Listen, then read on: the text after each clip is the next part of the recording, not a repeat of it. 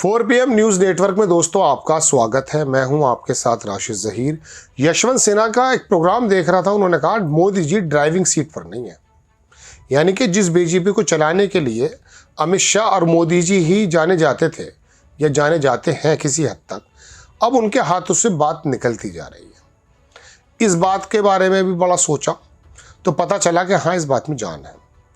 अभी तक भारतीय जनता पार्टी का अध्यक्ष ना चुना जाना इस बात का संकेत है कि मोदी जी जो 10 मिनट में इस काम को कर सकते थे, किया करते थे, चुन नहीं पा रहे। क्या वजह है? कौन आड़े आ गया? ऐसा कौन सा बंदा पैदा हो गया बीजेपी में? बंदा नहीं, बहुत सारे बंदे पैदा हो गए, लेकिन ज़मीन के नीचे हैं अभी। आरएसएस से तालमेल नहीं बन पा रहा है। तो तमाम चीज़ें मोदी जी के हाथ में वाकई नहीं है। एक तो बात है आरएसएस वाली। दूसरी बात, मैं आपको कई प्रोग्राम में बता चुका हूँ कि एक छोटा सा ही बीजेपी के कैंडिडेट थे संजीव बालियान, और बीजेपी की कैंडिडेट थे वो रूडी करके। अमित शाह और नड्डा की तरफ से लड़ रहे थे, ऐसा कहा जाता संजीव बालियान, वो हारे 100 वोटों से ज़्यादा से। सोनिया गांधी ने, इन लोगों ने, तमाम लोगों ने वोट दे दिया उसको, रूडी को, हालांकि वो बीजेपी का था। तो वहाँ पता चला कि ऐसा नहीं है कि मोदी जी ने कोई फरमान, अपनी चाहत बताई हो कि he should be win, he must be win. ऐसा नहीं है कि वही विन करेगा। अब तो अलग भी जा रही है।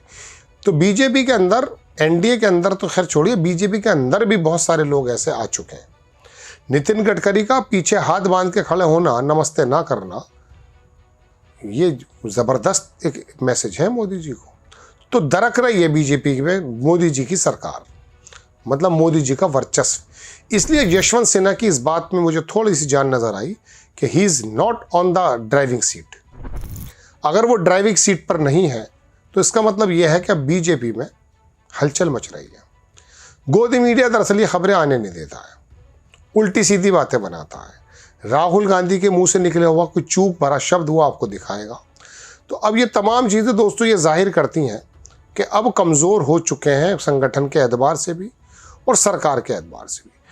एक राजू पोलेकर हैं, मैं भूल रहा हूँ उनका नाम पूरा, मुंबई का बड़ा शानदार पत्रकार है वो किसी के प्रोग्राम पे आते हैं। मैंने उनका अभी 4-6 महीने पहले एक प्रोग्राम देखा था। उन्होंने कहा था कि हो कुछ भी जाए, 2025 के आखिर तक मोदी की सरकार नहीं रहेगी, ये उस आदमी ने कहा था। तो उससे पूछा, वो सोहित मिश्रा करके एक NDTV का पत्रकार, उसका प्रोग्राम था, आप देख सकते हैं कि जी ऐसा कैसे हो जाएगा कि सरकार नहीं रहेगी, लोग बगावत कर देंगे, क्या कर देंगे। उसने कहा ये जो बबल है, जो झूठा बबल है बिजनेस का, ये लोगों की समझ में आ जाएगा, पता चल जाएगा कि हम कहाँ खड़े हैं। अब ये 50% जो टैरिफ लगा है, सूरत से लेके हरियाणा के पानीपत के अंदर टेक्सटाइल का काम जो ज़मीन पर जा पड़ा है, एग्रीकल्चर से लेकर के तमाम ये जो बिजनेस, बहुत लंबी लिस्ट है, वो लंबा करूँगा तो ये जो बिजनेसमैन तबाह बर्बाद हो रहे हैं। बड़ा यही एक देश ऐसा था जहाँ पर हमारा ट्रेड डेफिसिट प्लस में था, माइनस में नहीं थे हम लोग। उसी पर वार कर बैठा ट्रम्प, और हमारे पास कुछ ऐसा है नहीं। अब चाइना की तरफ भागे, चाइना भी बहुत लीनियंट नज़र नहीं आ रहा है। तो जियोपॉलिटिक्स के मद्देनज़र और बिजनेस के मद्देनज़र अब लोगों की समझ में आ गया है।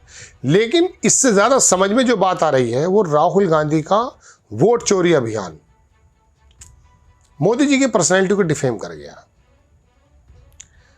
चुनाव आयुक्त की पर्सनैलिटी को डिफेम कर गया। लोगों को लगने लगा है बिहार तो इनके हाथ से गया है दोस्तों, और भी मालूम नहीं क्या क्या चला जाए, गुजरात भी जा सकता है, देख लीजिएगा। ये जो ट्रम्प ने लगाया है ना, वो डायमंड की जो पूरी की पूरी इंडस्ट्री है, जेम्स की पूरी इंडस्ट्री है कपड़े की और दुनिया भर की रेडीमेड्स की, उस पर जो तबाही आई है, तो आप क्या समझते हैं कि वहाँ से निकले हुए मजदूर हज़ारों लाखों हैं, जो काम मिलता है जिनको, सबके मसले रह जाएंगे। लेकिन चलिए खैर, हमारा देश एक विविधता वाला देश है, और हम वो 90% लोग मुझे याद आते हैं जो कोरोना के अंदर इसकी रीढ़ की हड्डी को टूटने नहीं दिया, वरना 8 नवंबर 2016 में रीढ़ की हड्डी तो तोड़ दी थी मोदी जी ने। ये बात मैं कह रहा हूँ, अरुण कुमार JNU के एक अर्थशास्त्री हैं, उनकी बात। वो तो ख़त्म कर दी थी उस दिन से जो टूटे हैं ना, अब तक नहीं बिखरे, अब तक संभले नहीं। ये जो भागे हैं ना सारे बिजनेसमैन जिनको हम कहते हैं मोदी राज में भाग गए, ये लोन इनका कांग्रेस के वक्त में लिया गया, दे दिया था उन्होंने। वो आराम से किश्तें दे रहे थे, किश्तें देनी भारी हो गई थी। फिर एक बीजेपी का नेता कहने लगा कि साहब वो लोन तो कांग्रेस ने दिए थे। अरे दिए तो वापस भी तो ले रही थी भाई, भागे तो तुम्हारे वक्त में, किश्तें नहीं दी जा रही थी। यहाँ किसान हालात, जिस दिन नोटबंदी हुई थी ना दोस्तों, उस दिन यकीन मानिए एमएसएमई जो लघु उद्योग, छोटे उद्योग हैं, उनकी कमर तोड़ दी गई थी। नो डाउट कागजों पे कारोबार नहीं था, लेकिन अमेरिका में भी नहीं है कागजों पे कारोबार। कोई मुल्क ऐसा नहीं है जो 80% का जो है ऑन द पेपर काम करता हो, अंडर द टेबल काम करता है। दिल्ली की जो मंडी है ना, वो सुबह जब आप उठते हैं 8-9 बजे, करोड़ों अरबों खरबों रुपए का बिजनेस हो जाता है। सब्जी मंडी और क्या कहते हैं फल मंडी और गेहूं मंडी में और तमाम मार्केट्स में, वहाँ 2 लाख रुपए का जब काम होता है ना, मैं उसको अच्छा नहीं कह रहा हूँ, 50,000 का बिल 1.5 लाख रुपए वो ऊपर दे देता। आपने कहा बैंकों के जरिए दीजिए, आप इतने बड़े बैंक वाले बने, आपको ये नहीं पता था कि पहले बिजनेसमैन के हालात कैसे सही करने हैं। जीएसटी लगा दिया गलत तरीके से, फिर उसको हटा रहे हैं, फिर बदल रहे हैं, फिर जब मालूम नहीं क्या क्या कर रहे हैं। ऐसा हो गया कि जैसे किसी नौसिखिए को गाड़ी दे दी हो और उसने अचानक 100 पे भगानी शुरू कर दिया, वो इधर को झूल रही है या इधर को झूल रही है।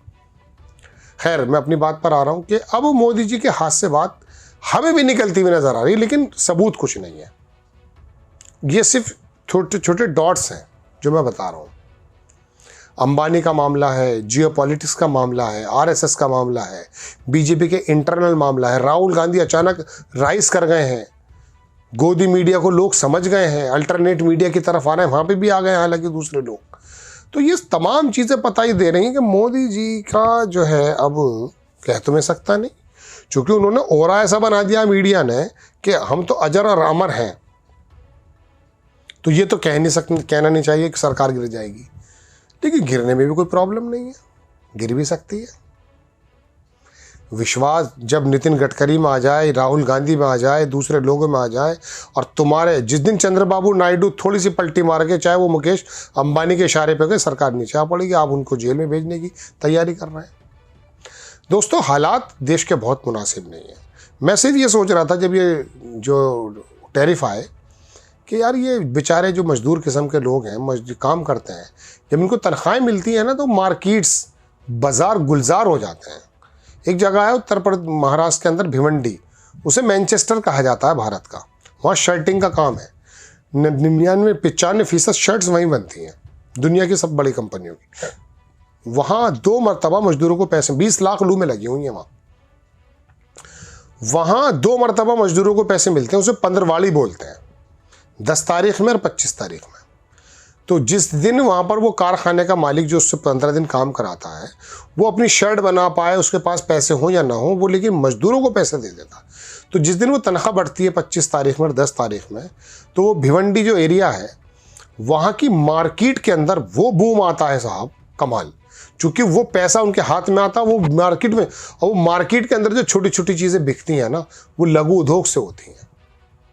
इनके हाथ में पैसा होगा। यही राहुल गांधी कह रहा था पिछली बार के इलेक्शन में कि हम 2019 में कि हम चाहते हैं 6,000 रुपये पर मंथ या 7,000 पर मंथ, 72,000 रुपये मतलब साल मिल जाए। वो मार्केट में लेकर जाएगा गरीब आदमी, वो ख़रीदारी करेगा तो छोटे छोटे उद्योग चल जाएंगे। लेकिन इनको तो वालमार्ट चाहिए, इनको तो अडानी का पूरा का पूरी चैन चाहिए साहब। हाथों से निकलती जा रही है, ड्राइविंग सीट पर नहीं है। Yashwant Sinha is right. जय हिंद।